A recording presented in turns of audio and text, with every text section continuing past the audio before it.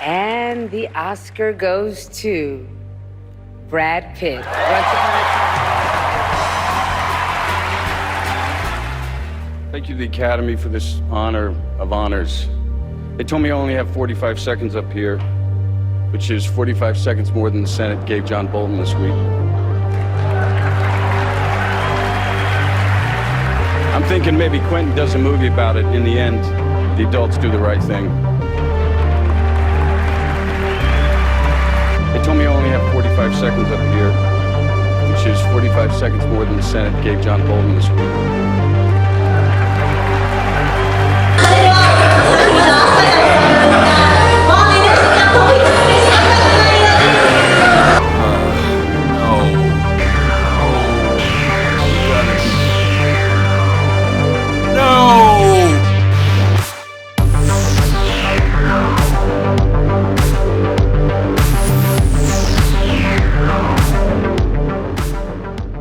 So, the Oscars were on Sunday, and just like any other year, they had to go and ruin everything, proving why they continue to be on the decline. Just keep tanking, and just when you didn't think it could get any worse, here we are. So, Brad Pitt, he won Supporting Actor for his work in Once Upon a Time in Hollywood, the ninth film from Quentin Tarantino. And surprisingly, after a well-given SAG Award speech, he goes off and he has to do this. He has to make it political.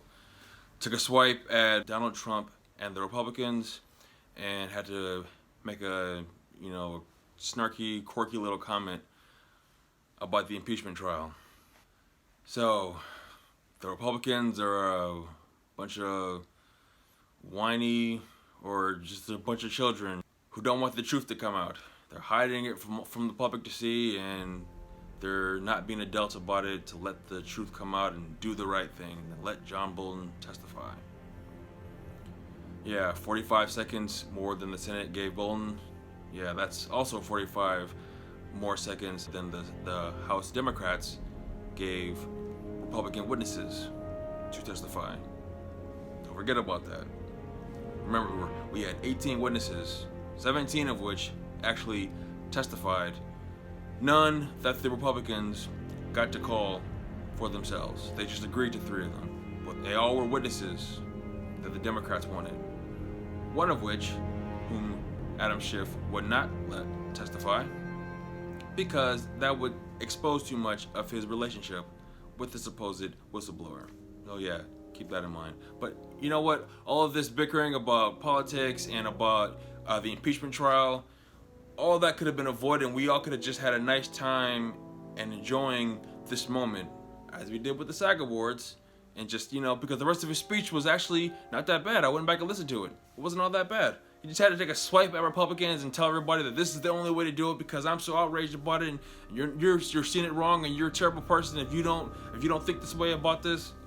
Come on, omitting facts and just gotta take a cheap shot at people and demonizing them and putting them down and making everyone out to be the devil because they don't see it your way on politics. My gosh, man.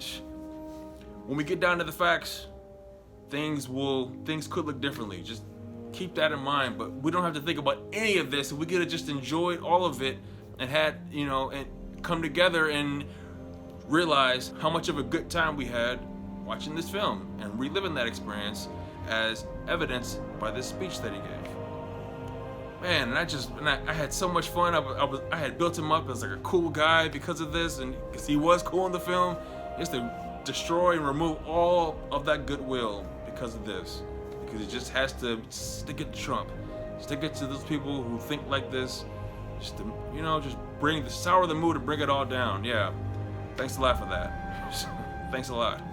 And the actor goes to Brad Pitt for Once Upon a Time in Hollywood.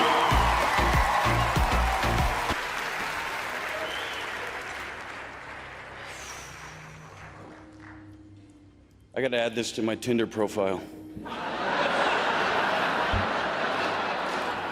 I want to thank my co-stars, Leo, Margot Robbie's feet, Margaret Qualley's feet, Dakota Fanning's feet. Seriously, Quentin has separated more women from their shoes than the TSA. Let's be honest, it was a difficult part. A guy who gets high, takes his shirt off, and doesn't get on with his wife. It's a big stretch. It's big.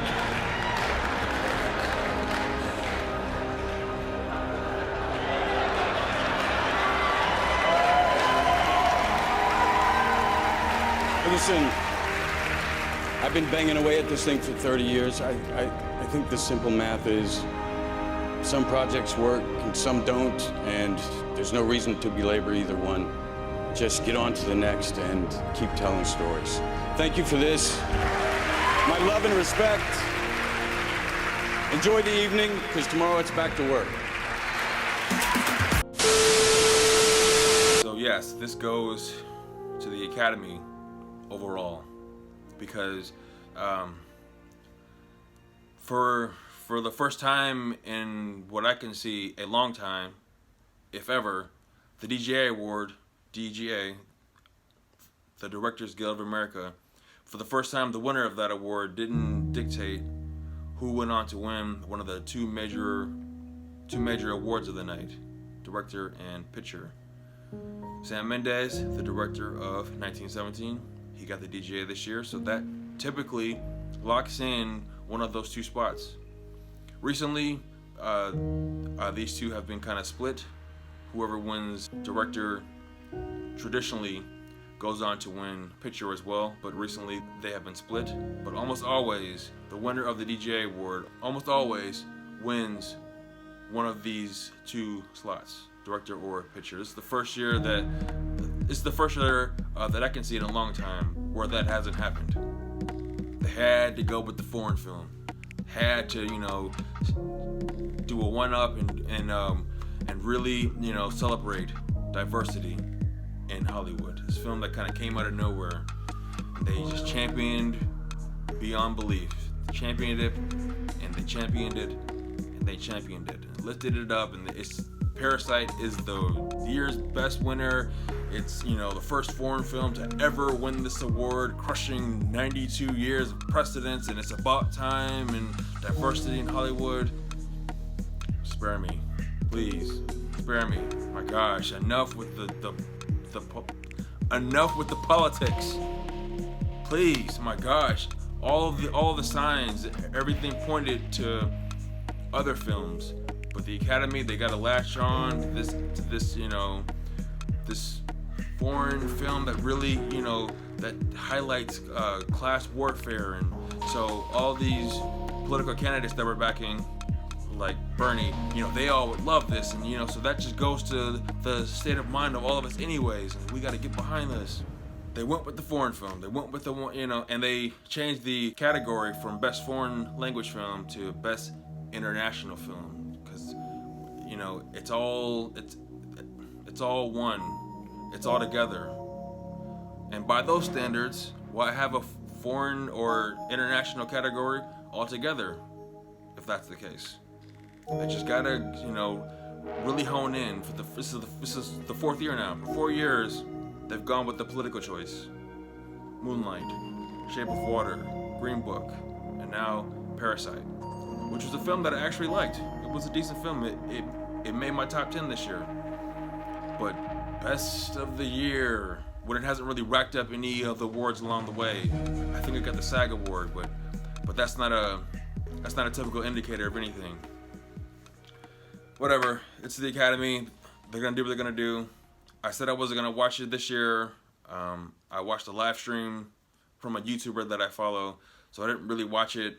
The whole Brad Pitt comment that happened in the right in the beginning, I was basically done, and I tuned in solely to the YouTuber that I was following and live streaming along. I was just done. I mean, I just can't believe that it's come to this. This used to be my favorite day of the year. I can't believe how much a wedge and how much I've separated from Hollywood, how disinterested I've become. just don't really care anymore. It's just sad. No one would have suspected this. No one would have told you. No one who knows me would have said that this is where I would be now, that this is what it would come to. And many of us, what we're guilty of is an egocentric worldview, the belief that we're the center of the universe. We go into the natural world and we plunder it for its resources. We feel entitled to artificially inseminate a cow, and when she gives birth, we steal her baby, even though her cries of anguish are unmistakable. And then we take her milk that's intended for a calf, and we put it in our coffee and our cereal. And I think we fear the idea of personal change because we think that we have to sacrifice something to give something up. But human beings at our best are so inventive and creative and ingenious. And I think that when we use love and compassion as our guiding principles, we can create, develop, and implement systems of change that are beneficial to all sentient beings and to the environment. Now, I have been just a big political cesspool of championing all kinds of causes and messages and themes that just don't belong in a celebration of Hollywood, which is now creating all kinds of films to reflect this forced culture and atmosphere of forced political themes and messages, diversity, inclusion, tolerance, that all sound good on the surface, but when you delve in deep to these things, you see it's a lot of manipulation and forced messages and, you know, like really trying to gain power and change the way that we think instead of just we've come a long way. Things have changed, and the ratings from this year reflect such. They went up last year because this was the first year that that there was no host. The whole Kevin Hart debacle. Yeah, he fell victim to this forced way of thinking. He fell victim to that, and so there was like a lot of speculation about what was going to happen. So the ratings went up a little bit, and this year they dropped because we all know like this is how it's going to be now. And this year it was about 3 million less than the year before last, I want to say, which is an all-time historic low of all years. It's just sad. I went to a production of a recreation of one of the first films to ever win the Oscar. It's a film called Sunrise. And I went to a recreation of the score. This was the other film to win the Oscar. Wings is officially recognized as the first film, but on the first year, they gave it to 2 films, Wings and Sunrise. And Sunrise was the film that it was the artsy, different film, the film that took a chance and did something different. So they gave the other Oscar to Sunrise, and it's come a long way. Like it still holds up. It's a beautiful love story. Stars Janet Gaynor. She was the first Star is Born about a couple years after this, and I watched the recreation of the score. It's been revitalized with the choir and a full orchestra. And I just like I'm looking back on it. It's sad to see how just disconnected I've come from this industry. Everything is about some kind of message and sticking it to someone that we don't agree with, and we all hate this president, and we're just really angry now, and so we got to take back power. So to do that, you got to believe this trend, this line of thinking that healthcare is a right and this is a right, and so the government has to take care of everything and to pay for this and pay for that because we all deserve love and tolerance, and it's just all become just a big divisive cesspool. It's just sad, like when I reminisce about the good times, going to see the production of Sunrise, to see how things are now. I used to love award season, and for the most part, I still do. I mean, I still hold on to some things, but I like the off season now. I like delving into the old films, like Sunrise, and learning about the times and the culture and how things were back then, you know, as opposed to now. Call it an escape, I guess, but I prefer studying older films now versus looking forward to what's new, especially with the award season. Not so much the blockbuster season. I mean, I watch blockbusters, I watch awards, I watch the awards films, I try to find the indie jewels. It's just hard to stay motivated to keep up with all of this, because this is where we are now. This is what it is. I've just, my focus has shifted. I'm a different person, more grown up. Here we are, rolling with the punches, ready to live another day, and to fight another fight, and to try to stay positive and to look for the good in things. Because I know it's not going to be like this always. I know that I don't have to feel this way. I can focus on other things in life, still be happy. So, who knows if I'll watch the next awards show or not? We'll see. But I'm not gonna let it get me down. On to the next thing. On to the next lesson.